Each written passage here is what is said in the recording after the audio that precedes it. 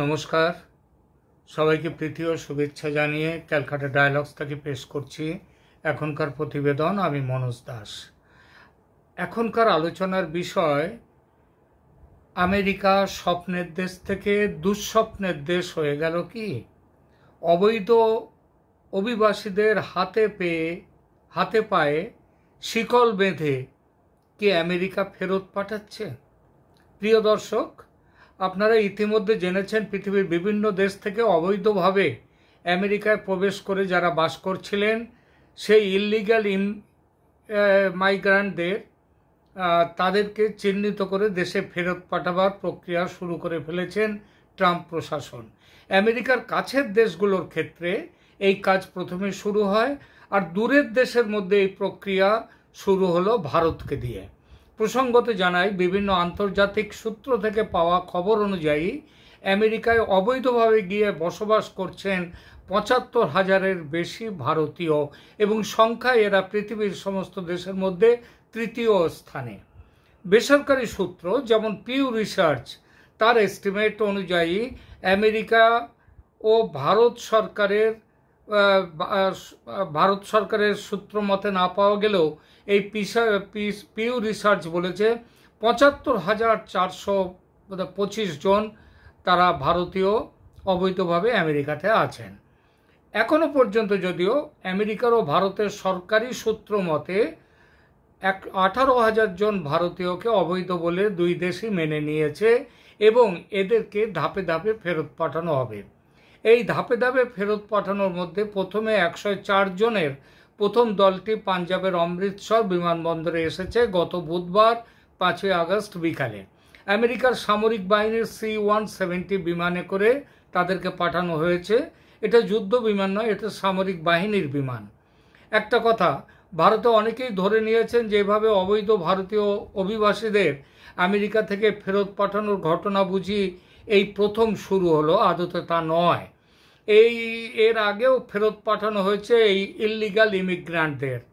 গত বছর ২০২৪ সালে আমেরিকা ফেরত পাঠিয়েছে প্রায় ১,০০০ জনকে। মিডিয়াতে কিছু দেখেছেন এ ব্যাপারে? কিন্তু এটা তো শুধু গত বছর নয়, ২০০০ এই ব্যাপারে আমাদের যে শশী থারুর কংগ্রেস নেতা এবং এমপি, তিনি একটা বক্তব্য দিয়েছেন, সেটা একটু শুনুন তার কথাটা, তিনি কি বলছেন। Look, it's not the first time we've had people deported. It's just that the media has suddenly woken up to the story because Mr. Trump has done it perhaps a bit quicker than people expected. But already last year, under the Biden administration, we had over 1,100 Indians being deported back. If you're illegally in the US has a right to deport you. And if your identity as an Indian is confirmed, then India has an obligation to accept you. So in both cases, there really isn't very much debate. However, it wasn't good to hear that they were brought back forcibly in a military plane and handcuffed and so on. That was quite unnecessary. It should have been enough to either put them on a commercial aircraft or a civilian plane and send them back. You can, if you want to do a mass deportation, do civilian charters. That would have been the more humane thing to do. They may, strictly speaking, have broken your laws by coming into your country, but by and large they have no bad intentions. They're not criminals, they're not convicted of anything else. They're there to make a better life for themselves. একটু এই সম্পর্কে একটু পরিসংখ্যান দিয়ে দিই। ২০০৯ সাল থেকেই অবৈধভাবে যে ভারতীয়রা আমেরিকায় গেছে তাদের দেশে ফেরত পাঠানো চালু হয়েছে, এবং বিদেশ দপ্তরের হিসেব মতো ২০০৯ থেকে ২০২৪ এই সময়কালে সর্বমোট ১৫,৬৬৮ জন ভারতীয় যারা অবৈধভাবে আমেরিকায় গিয়ে বসবাস করছিলেন, থাকছিলেন, তাদেরকে আমেরিকার সরকার ভারতে ফেরত পাঠিয়েছে। কিভাবে? যেভাবে এবার এলো সেইভাবে। আসছি পরের সে কথায়। এই খবরটা যাদের জানা নেই তারা গত কিছুদিন ধরে খুব হইচই করছে এই কথা বলে, যেন ট্রাম্প সাহেব বিশেষ করে ভারতীয়দেরই ধরছে, এবং সেই যুক্তি থেকে তারপরে তারা প্রশ্ন তুলছেন ট্রাম্পের সঙ্গে বন্ধুত্ব রেখে তাহলে ভারতীয়দের কী লাভ হলো। অর্থাৎ অবৈধভাবে যারা গিয়েছে তাদের সমর্থনে দাঁড়ানোটা উচিত ছিল মোদির, মানবিকতার খাতিরে। আর এইভাবে এই যুক্তির পথ ধরে আসবে অবৈধভাবে ভারতে আসা বাংলাদেশিদের কেন তবে বহিষ্কার করবে ভারত? কারণ ভারতীয়রা তো আমেরিকায় অবৈধভাবে আছে, আর মোদী সরকার যদি তাদের আজকে সমর্থন করে তাহলে পরে মোদী সরকারকেই জবাব দিতে হবে কেন বাংলাদেশিদের ফেরত পাঠানোর কথা বলছে মোদী সরকার। যাই হোক, গতকাল মার্কিন বিমান অমৃতসরের মাটি ছোঁয়ার সঙ্গে সঙ্গে ভারতের রাজনীতি গরম হয়ে উঠেছে মূলত দুটো অভিযোগ ঘিরে। প্রথম অভিযোগ, যারা এসছে ফেরত তাদের সঙ্গে নাকি ভয়ঙ্কর রকমের অমানবিক ব্যবহার করেছে আমেরিকার ওই সামরিক বিমানে যেখানে এসছে তারা। যাদের ফেরত পাঠানো হয়েছে বিমানের শিকল দিয়ে তাদের হাত পা বেঁধে রাখা হয়েছিল বলে অভিযোগ। তাদের ওয়াশরুম ব্যবহার করতে দেওয়া হয়নি, অত্যন্ত অমানবিক ব্যবহার করা হয়েছে তাদের সঙ্গে। এবং এর সঙ্গে সঙ্গে আরও একটা অভিযোগ এসছে যে বিনা অনুমতিতে মার্কিন সামরিক বিমান কিভাবে ভারতের মাটিতে তাকে নামতে দেওয়া হলো। প্রথম অভিযোগটা নিয়ে একটু বিমানে আসা যাত্রীদের একজন তো স্পষ্টভাবে সাংবাদিকদের জানিয়েছেন, এই শিখ যাত্রী, তার কথাগুলো শুনুন। Treatment they faced, shedding light on the brutal realities of immigration enforcement. Here is what they said. मेरा नाम हरविंदर सिंह है। सानू इन्होंने 2 फरवरी ਨੂੰ ਸਾਨੂੰ ਇਹਨਾਂ ਨੇ ਕੱਢ ਲਿਆ ਉੱਥੋਂ ਕਮਰੇ 'ਚੋਂ ਬਾਹਰ ਕੱਢ ਕੇ ਸਾਡੇ ਹੱਥ ਖੜੀਆਂ ਲਾਈਆਂ ਗਈਆਂ ਨੇ। ਸਾਨੂੰ ਕਹਿੰਦੇ ਕਿ ਅਸੀਂ ਕੈਂਪ ਦੇ ਵਿੱਚ ਲੈ ਕੇ ਚੱਲੇ ਆ ਤੇ ਸਾਨੂੰ ਇਹਨਾਂ ਨੇ ਇਹ ਨਹੀਂ ਦੱਸਿਆ ਕਿ ਅਸੀਂ ਤੁਹਾਨੂੰ ਡਿਪੋਰਟ ਕੀਤਾ ਵਾ। ਸਾਨੂੰ ਸਿਰਫ ਇਹੀ ਦੱਸਿਆ ਗਿਆ ਸੀ ਕਿ ਅਸੀਂ ਤੁਹਾਨੂੰ ਕੈਂਪ ਲੈ ਕੇ ਚੱਲੇ ਆ। ਜਦੋਂ ਇਹਨਾਂ ਨੇ ਸਾਨੂੰ ਬੱਸਾਂ 'ਚ ਬਿਠਾ ਲਿਆ, ਸਾਡੇ ਹੱਥ ਘੜੀਆਂ ਲਾਈਆਂ, ਸਾਡੇ ਪੈਰਾਂ ਨੂੰ ਵੀ ਤੇ ਹੱਥਾਂ ਨੂੰ ਵੀ ਲਾ ਕੇ ਤੇ ਇਹਨਾਂ ਨੇ ਸਾਨੂੰ ਜਹਾਜ਼ এয়ারপোর্ট ਤੇ ਲੈ ਗਏ। ਤੇ ਜਦੋਂ ਅਸੀਂ এই শিখ যাত্রী ছাড়া অন্য কোনো যাত্রী কিন্তু বলেননি যে তাদের হাতে পায়ে শিকল বেঁধে রাখা হয়েছিল। তার মানে এমন নয় যে তাদের শিকল রাখা হয়নি এমন কথা তারা বলেছে, সেটা বলেনি। তারা এইগুলো নিয়ে কোনো প্রশ্ন তোলেনি এবং তাদের ওয়াশরুমে যেতে দেওয়া হয়নি এসব কথাও অবশ্য তারা কেউ কিছু বলেনি। আর কেউ বলেনি বলে এই যে অভিযোগটা উঠেছে এটা যে মিথ্যে এমনটা তো নাই হতে পারে। এ ব্যাপারে ভারতের বিভিন্ন সোশ্যাল এবং মেন স্ট্রিম মিডিয়া সরাসরি কেউ অস্বীকার করেছে, সেও রাজনীতির মুখ চেয়ে। যারা মোদী সরকারের পক্ষে তারা না জেনেই অনেকেই বলে দিয়েছে না এগুলো মিথ্যে অভিযোগ, আর যারা মোদী সরকারের বিপক্ষে তারা এই নিয়ে হইচই শুরু করে দিয়েছেন।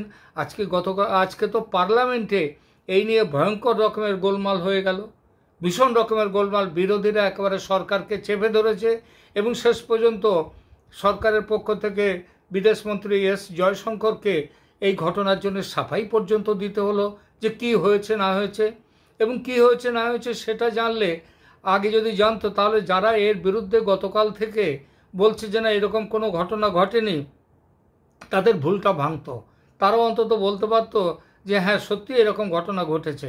কিন্তু হ্যাঁ, এই প্রসঙ্গে বলতে হবে যে যেসব ছবি এই ব্যাপারে বাজারে ছেড়ে বলা হচ্ছে মিডিয়া থেকে যে এইভাবে ভারতীয়দের পায়ে বেঁধে নিয়ে আসা হচ্ছে ইত্যাদি ইত্যাদি, এর মধ্যে সেই ছবিগুলো কিন্তু ফেক ছবি। ফ্যাক্ট চেকে জানা গেছে যে এই ছবিগুলো হচ্ছে ভারতের যাত্রীদের ক্ষেত্রে নয়, এটা গোয়াতেমালার যাদেরকে নিয়ে যাওয়া হচ্ছিল তাদের ক্ষেত্রে এরকমভাবে পায়ে মানে চেন বেঁধে, তাদেরকে কোমরে চেন বেঁধে তাদেরকে টেনে নিয়ে যাওয়া হচ্ছিল ইত্যাদি ইত্যাদি। তো গোয়াতেমালার যাত্রীদের ছবি ভারতের ক্ষেত্রে লাগিয়ে দেওয়াটা যদি অন্যায় হয়, মিথ্যে হয়, তাহলে বলা যায় সেটা মিথ্যে। কিন্তু যে ঘটনাটা এখানে অভিযোগটা উঠেছে যে ওই শিখ ভদ্রলোক যেটা বললেন যে তাদেরকে এইভাবে বেঁধে নিয়ে আসা হয়েছে, এটা কতটা সত্যি তাহলে সেটা একটু দেখা যাক। বিমানের মধ্যে ভারতীয়দের আটকে রাখা হয়েছিল কি না সেটা এবার একটু দেখি। দেখো শুনুন, সেটা হচ্ছে যে ভারতীয়দের যে আটকে রাখার কোনো ব্যবস্থা ছিল না এমন নয়। তাদের সরু চেন তাদের কোমরে বাঁধা ছিল, সে চেন অনেক চেষ্টা করলে দেখা যাবে, তো সেগুলো তাদের বাঁধা ছিল। এই বাঁধা থাকাটা এটা হয়তো এমনও হতে পারে যে এটা কোনো কারণে, যেমন আমরা সাধারণভাবে বিমানে যেতে গেলেও আমাদের চেন না হলেও বেল্ট দিয়ে তো নিজেদেরকে বেঁধে রাখতে হয় নাকি? বেঁধে তো রাখতেই হয়, কিন্তু সেই বেঁধে রাখাটা যদি শিকল দিয়ে বাঁধা হয় হয়তো সেখানে সিস্টেমটা কী আছে তাহলে আমাদেরকে এইটা এবার জানতে হবে। জয়শঙ্কর বলেছেন, ভারতের পররাষ্ট্রমন্ত্রী, যে আইসিই বা আমেরিকার ইমিগ্রেশন অ্যান্ড কাস্টমস এনফোর্সমেন্ট বিভাগ, তাদের কাছে তিনি এই সম্পর্কে প্রশ্ন গেছে, তাদের কাছে বলা হয়েছে এবং তারা ভারত সরকারকে জানিয়েছে যে মহিলা ও শিশুদের এভাবে আটকে রাখা হয়নি এবং এই যে নিয়ে আসার পথে ট্রানজিটের সময় যাদেরকে ফেরত পাঠানো হচ্ছে তাদের খাদ্য বা অন্যান্য প্রয়োজনীয় জিনিসপত্র, যার মধ্যে সম্ভাব্য চিকিৎসার জরুরি ব্যবস্থাও অন্তর্ভুক্ত, সেটা কিন্তু সেই যত্ন নেওয়া হয়েছিল। আর এটা করা হয়েছে এই যে তাদেরকে, এই যে পুরুষদেরকে, তার মানেটা কি, নারী এবং শিশুদের তাদেরকে আটকে রাখা হয়নি, তাদেরকে কিছু করা হয়নি, মানে শিকল দিয়ে বাঁধা হয়নি। নিশ্চয়ই তাদের ক্ষেত্রে বেল্ট দিয়ে বেঁধে রাখার ব্যবস্থা ছিলই, বেল্ট দিয়ে যেমনভাবে সাধারণভাবে যাত্রী বিমানে উঠতে হয়, তো সেইভাবে ছিল। কিন্তু তাদের জন্য, পুরুষদের জন্যে বোধহয় আরও কিছু সতর্কতা হিসেবে সেখানে মানে এটা রাখা হয়েছিল শিকলের ব্যবস্থা। এই শিকলের ব্যবস্থা এটা কিন্তু এবারই যে নতুন করে নেওয়া হলো বিশেষভাবে ভারতীয়দের ক্ষেত্রে, তাও নয়। এটা কিন্তু আমেরিকার চালু আইন মোতাবেক করা হচ্ছে সেই 2009 সাল থেকে। এভাবেই আমেরিকা থেকে অবৈধ অভিবাসীদের ফেরত পাঠানো হয় তাদের দেশে। ওই যে বললাম 2009 সাল থেকে আমাদের এখানে এসেছিল, আমরা জানিই না। আজকে হঠাৎ হইচই হওয়াতে আমরা এটা জানি, আমাদের কানে এসছে, আমাদের মনে এসছে। এই ব্যবস্থাকে, এই শিকল দিয়ে বেঁধে রাখার ব্যবস্থাকে অমানবিক মনে হতেই পারে, কিন্তু সে দেশের আইন এটা। সে দেশ কেন, আমাদের দেশে আইন নেই কি এই সম্পর্কে? আজ নতুন করে এই আইন প্রয়োগ করা হচ্ছে এমনও নয়। সেই 2009 সাল থেকে এভাবেই ফেরত পাঠানো হচ্ছে অবৈধ অভিবাসীদের পৃথিবীর সব দেশে, তাদের নিজেদের দেশে। চুরি করে যারা গেছে আমেরিকায় গিয়ে বড়লোক হওয়ার স্বপ্নে বিভোর হয়ে যারা মানে বৈধ পথে নয় অবৈধ পথে চুরি করে গিয়ে পৌঁছেছে সে দেশে, আইনের বিচারে তারা অপরাধী। আমাদের এখানেও তো ডিটেনশন ক্যাম্পে রাখা হয়েছে, আসামে রাখা হয়েছে, মহারাষ্ট্রে ডিটেনশন ক্যাম্প তৈরি হচ্ছে না? অমানবিক মনে হতে পারে, কিন্তু এটা তো আইন দেশের। সেখানে আর অপরাধীর শাস্তি হিসেবে যেটা পাওয়া উচিত আমেরিকার আইন অনুযায়ী সেটা তারা পেয়েছে, তাদের পেতেই হবে। মনে রাখতে হবে, এই ভারতীয়রা কিন্তু কোনো মহান কাজের জন্য বৈধ পথে সে দেশে যায়নি, গেছে নিজেদের প্রয়োজনে আইন ভেঙে। আর আইন ভাঙলে আইন অনুযায়ী যে শাস্তি তাদের প্রাপ্য আমেরিকার আইনে, সেটা ভোগ করতে তারা বাধ্য।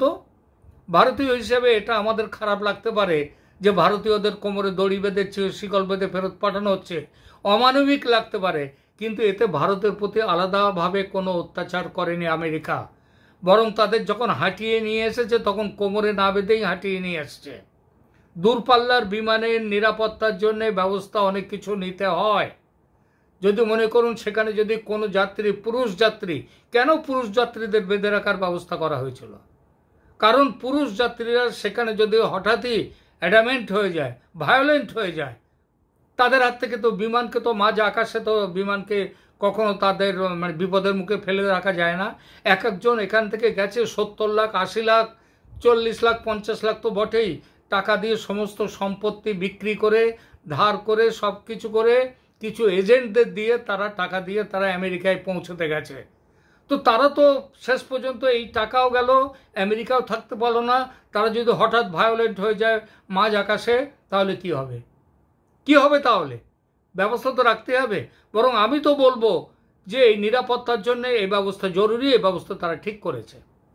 বরং আমি তো আরও বলবো যে নারী ও শিশুদের যে আটক রাখা হয়নি, কারণ তাদের ভায়োলেন্ট হওয়ার সম্ভাবনাটা কম, সেই জন্য তাদের ক্ষেত্রে তারা মানবিকতা দেখিয়েছে।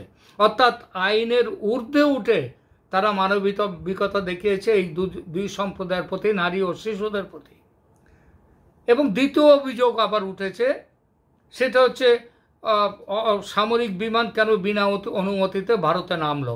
এটাও এই প্রথম নয়, আমি বলেছি 2009 সাল থেকে এভাবেই ভারতে এই অভিবাসীদের ফেরত পাঠানো হচ্ছে। আমরা কেউ খেয়াল করিনি। আজকে ট্রাম্প আসার পরে, ট্রাম্পের ঘোষণার পরে এই বিষয়টা নিয়ে হইচই শুরু হয়েছে। সবশেষে ভারত সরকারকে বলা যেতে পারে কেন ভারতের পক্ষ থেকে এদের ফিরিয়ে আনার ব্যবস্থা আরও একটু সুঠাম এবং সুগম এবং মানবিক করা যায় কিনা সেটা ভেবে দেখার জন্যে। অবশ্য তাতে যদি আমেরিকার আইনে যদি তার কোনো আমেরিকার আইন যদি সেটা মেনে চলতে দেয়, তাহলেই এটা করা যেতে পারে। পুরুষ যাত্রীদের ভারত যদি নিয়ে আসে, শিকল বাঁধার দরকার হয়তো পড়বে না, কিন্তু দরকার পড়বে কি পড়বে না সেটা তখন বোঝা যাবে। যে একটা সম্ভাবনা কিন্তু থেকে যায় এদের ভায়োলেন্ট হওয়ার সম্ভাবনা। তবে যেটাই করুক না কেন সেটা করতে হবে আইনের বিধান মেনে। ভারত সরকার তাদের ওই কয়েকজন, একজন কিংবা দুজনের জন্যে সমস্ত যাত্রীকে বিপদের মুখে ফেলে দিতে পারে না। এখনকার মতো এখানেই রাখছি, দেখা হবে পরের প্রতিবেদনে। ভালো থাকবেন, ধন্যবাদ।